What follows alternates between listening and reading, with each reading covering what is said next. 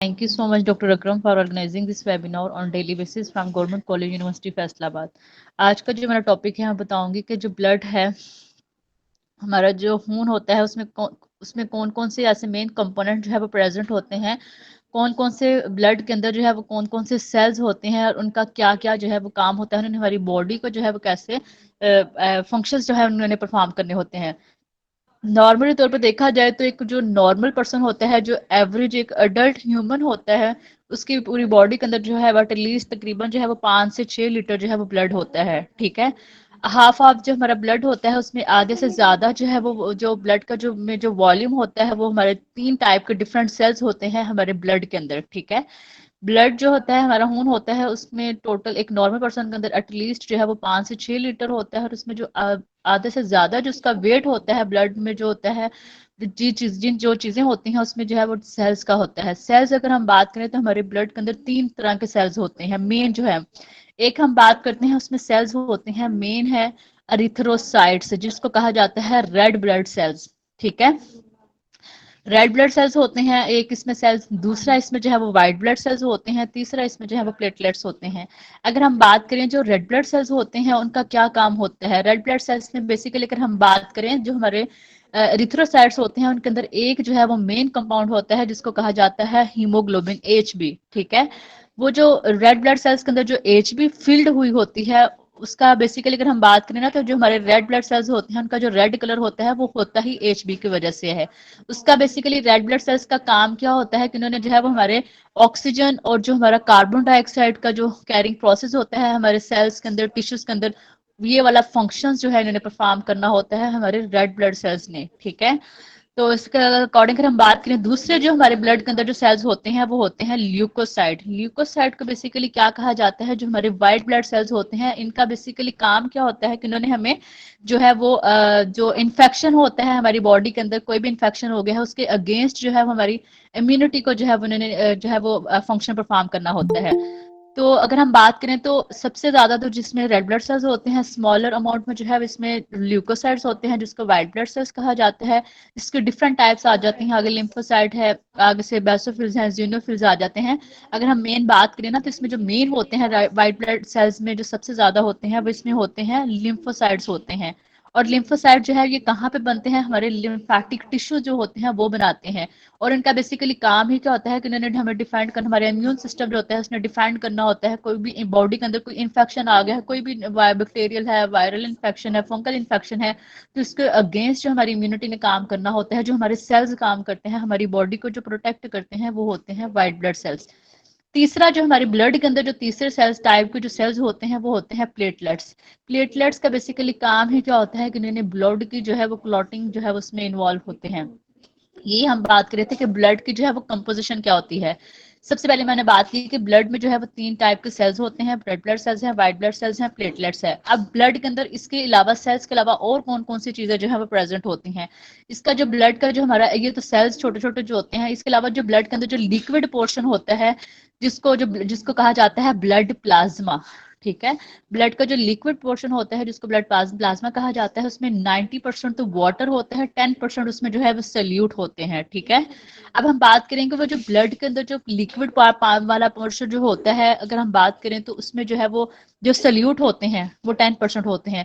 अब वो जो सल्यूट होते हैं ब्लड प्लाज्मा के अंदर वो कौन, उसमें क्या क्या आ सकता है, उसमें हमारी डिफरेंट प्रोटीन्स आ सकती हैं, लिपोप्रोटीन आ सकते हैं, न्यूट्रिएंट्स आ सकते हैं, मेटाबोलाइट्स आ सकते हैं, वेस्ट प्रोडक्ट्स आ सकते हैं, उसमें इनऑर्गेनिक आयन होते हैं, इनके हार्मोन्स भी होते हैं।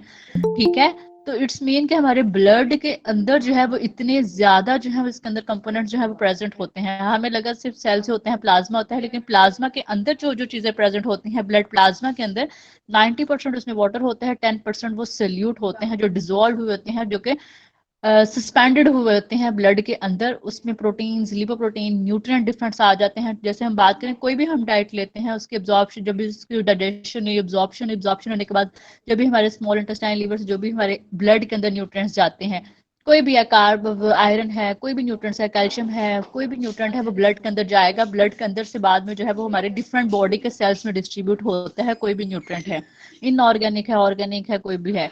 तो इसी तरह अगर हम बात करें वो जो ब्लड का जो प्लाज्मा वाला वॉल्यूम होता है उसके अंदर जो है ये सल्यूट जो है प्रेजेंट होते हैं।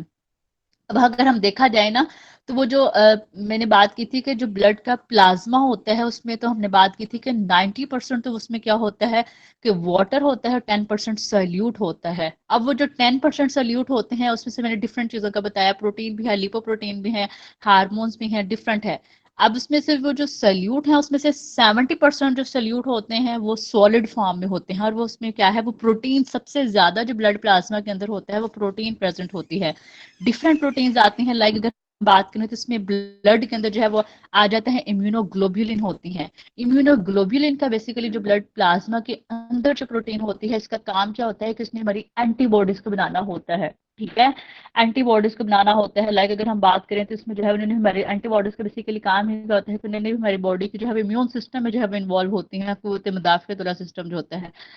तो इसमें जो है, इसके अलावा जो है हमारे ब्लड के जो 70% जो प्लाज्मा सॉलिड होता है उसमें इम्यूनोग्लोबुलिन प्रोटीन होती है। इसके अलावा इसमें डिफरेंट प्रोटीन्स आ जाती हैं, ट्रांसफेरेंट प्रोटीन होती हैं। ट्रांसफेरेंट प्रोटीन का बेसिकली काम क्या होता है कि उसमें हमारा जो ब्लड के अंदर जो आयरन आता है ना, जो भी हम डाइट के अंदर आयरन लेते हैं तो आयरन जो ब्लड के अंदर जाता है तो उस आयरन को बॉडी के डिफरेंट सेल्स टिश्यू के अंदर भेजने का किसका काम होता है, ब्लड के अंदर जो ये प्रोटीन होती है ट्रांसफेरेंट प्रोटीन, उसने भेजना होता है। इसी तरह अगर हम बात करें, हम कोई भी चिकनाई वाली चीज लेते हैं, ऑयल है, घी है, कुछ भी नट्स के अंदर ऑयल होते हैं, डिफरेंट फूड्स हैं, एवोकाडो की अगर हम बात करें तो इसमें भी एसेंशियल फैटी एसिड वगैरह होते हैं। तो वो जो ब्लड के अंदर जो प्रोटीन होती है एपोलिपोप्रोटीन, इसका काम क्या होता है कि इसने हमारे ब्लड से जो भी ऑयल वगैरह ट्रांसपोर्ट करना होता है, लिपिड्स को, फैट को, हमारी बॉडी के डिफरेंट सेल्स के अंदर।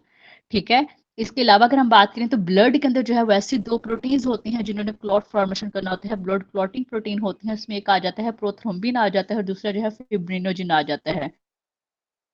तो इट्स मीन के ब्लड के अंदर जो है वो इतनी जो है वो कंपोनेंट जो है वो कॉन्स्टिट्यूएंट्स जो है वो प्रेजेंट होते हैं। ठीक है, अब अगर हम बात करें तो यहाँ पे जो है वो पॉइंट आता है कि इसके अलावा जो है वो हमारा जो ब्लड होता है इसमें तो ये प्लाज्मा में तो ये चीजें आगे, इसके अलावा हमने बात की थी कि इसमें इनऑर्गेनिक आयंस भी जो है वो प्रेजेंट होते हैं।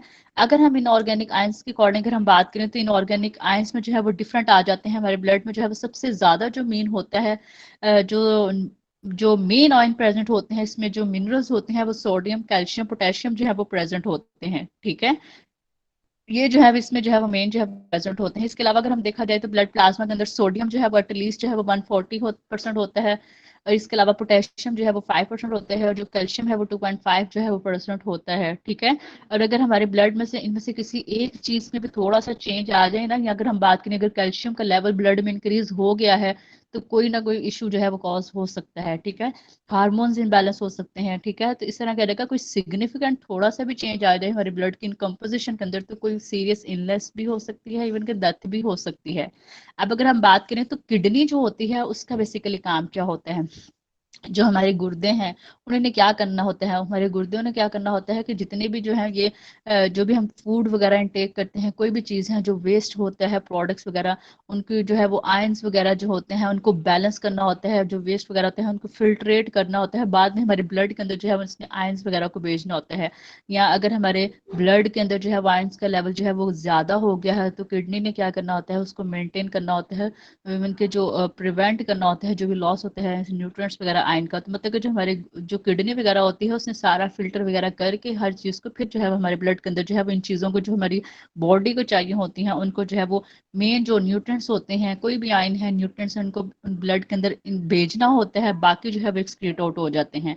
ठीक है, तो इसमें ये था वो जा जाता है। अब हम बात करें कि सबसे ज्यादा अगर हम बात करें, फॉर एग्जांपल मैंने कोई भी चीज ली है, कार्बोहाइड्रेट वाली ली है, मैंने गंदम खाई है, जो खाया है, कोई भी चीज मैंने ली है, कोई भी चीज, कोई भी हम चीज लेते हैं, कोई भी फूड सोर्स लेते हैं, फ्रूट है, वेजिस हैं, कुछ भी है, उसकी जब भी ब्रेक डाउन होती है उसके पीसेस में कन्वर्ट होते हैं, तो उसमें बेसिकली होता क्या है कि एंड प्रोडक्ट उसका ग्लूकोज बनता है जो कि हमारे ब्लड के अंदर जाता है। तो सबसे ज्यादा जो मेन ग्लूकोज का जो कांस्टेंट जो यूज करता है ब्लड के अंदर वो हमारा आरबीसीज जो है वो उसको ज्यादा यूज करते हैं, हमारे रेड ब्लड सेल्स जो होते हैं। ठीक है, इसके अलावा अगर देखा जाए तो इसमें जो इसके अलावा हमारे ब्रेन जो है उसने सबसे ज्यादा जो है वो ग्लूकोज को यूज करना होता है। नॉर्मल तौर पर देखा जाए तो जो हमारा लीवर होता है, हमारा जो जिगर होता है, उसमें एटलीस्ट कितना जो है वो ग्लूकोज का नॉर्मल लेवल होना चाहिए, तकरीबन जो है वो 60 टू 90 मिलीग्राम जो है वो पर डेसीलीटर 100 ml में तो लाजमी जो है वो इतना जो है वो हमारे लीवर के अंदर तो लाजमी जो है वो इतना ग्लूकोज का लेवल होना चाहिए, मेंटेन होना चाहिए।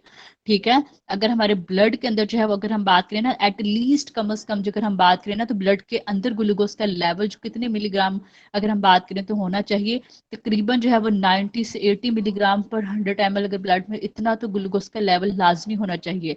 अगर हमारे ब्लड के अंदर जो है वो ऑब्वियसली जब हम बहुत लॉन्ग टाइम के लिए नहीं खाते स्टारवेशन में रहते हैं हम भूखे जब होते हैं तो बंदे को क्या होता है जब हमारा ब्लड का जब हम हाइपोग्लाइसीमिक हो जाते हैं, हाइपोग्लाइसीमिक का मतलब होता है जब हमारे ब्लड के अंदर ग्लूकोज का लेवल जो है वो डाउन हो जाता है, कम हो जाता है, तो क्या होता है हमें फटीक होती है, हमें सुस्ती सी हो जाती है।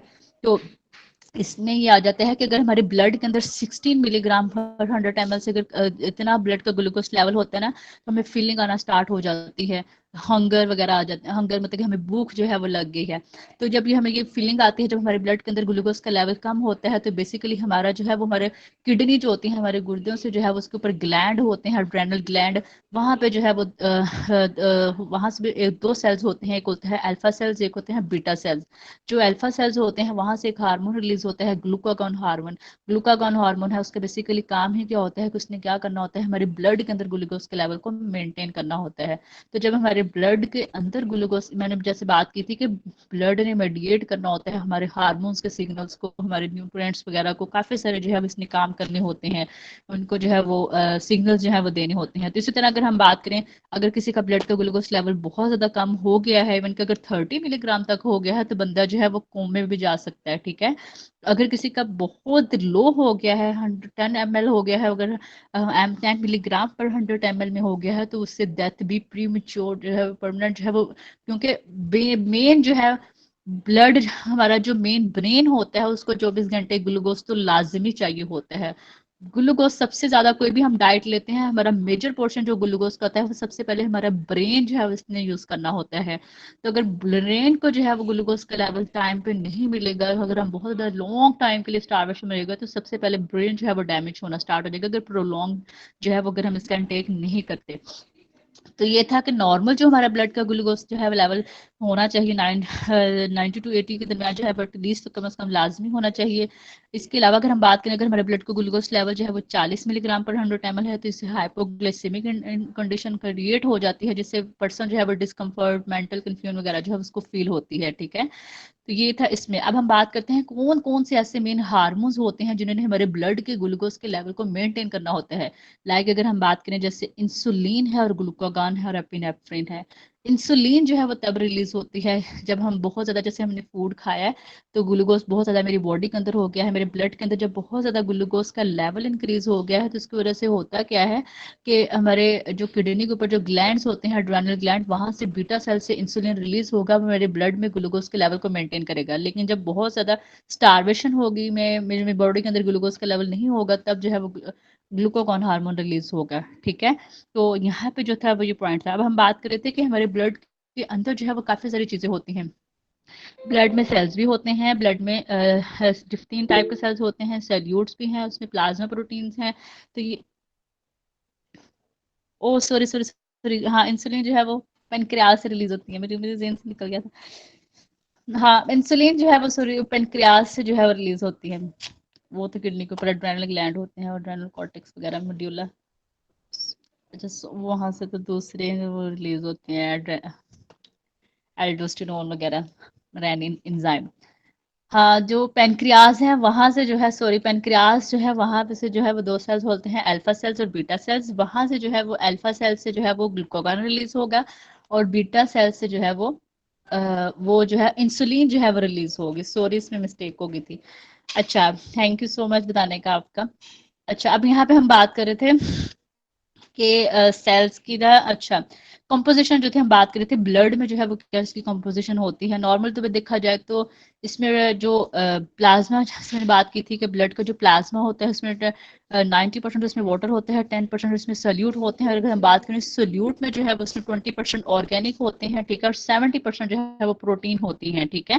तो ये इसमें जो है वो डिफरेंट आ जाता है। अगर हम बात करें ब्लड का जो प्लाज्मा है जैसे मैंने बात की है उसमें 70% जो है प्रोटीन्स होती हैं। तो उसमें कौन कौन सी प्रोटीन्स होती हैं जो कि हमारे ब्लड प्लाज्मा के अंदर प्रोटीन प्रेजेंट होती हैं। जैसे मैंने एक बात की थी कि इसमें आ जाता है ट्रांसफेरिन आ जाता है, जिसका बेसिकली काम क्या होता है कि उसने हमारे आयरन को जो है वो ट्रांसपोर्ट करना होता है। इसमें अगर हम बात करें तो इसमें सीरम एल्ब्यूमिन आ जाता है। एल्ब्यूमिन का बेसिकली अगर हम बात करें तो ये है नॉर्मल देखा जाए ना तो ये 100 अगर ml ब्लड के अंदर जो है। ओके, थैंक यू बताने का। अगर हम बात करें प्रोटीन जो है, अगर हम बात करें जो हमारे ब्लड के अंदर होती है सीरम एल्ब्यूमिन, अगर हम बात करें अगर हमारा ब्लड जो है वो अगर 100 ml में जो है वो कितने जो है इसका लेवल होना चाहिए 3500 से एटलीस्ट जो है वो 4500 तक, तो ये वाली प्रोटीन जो है वो लाजमी होनी चाहिए।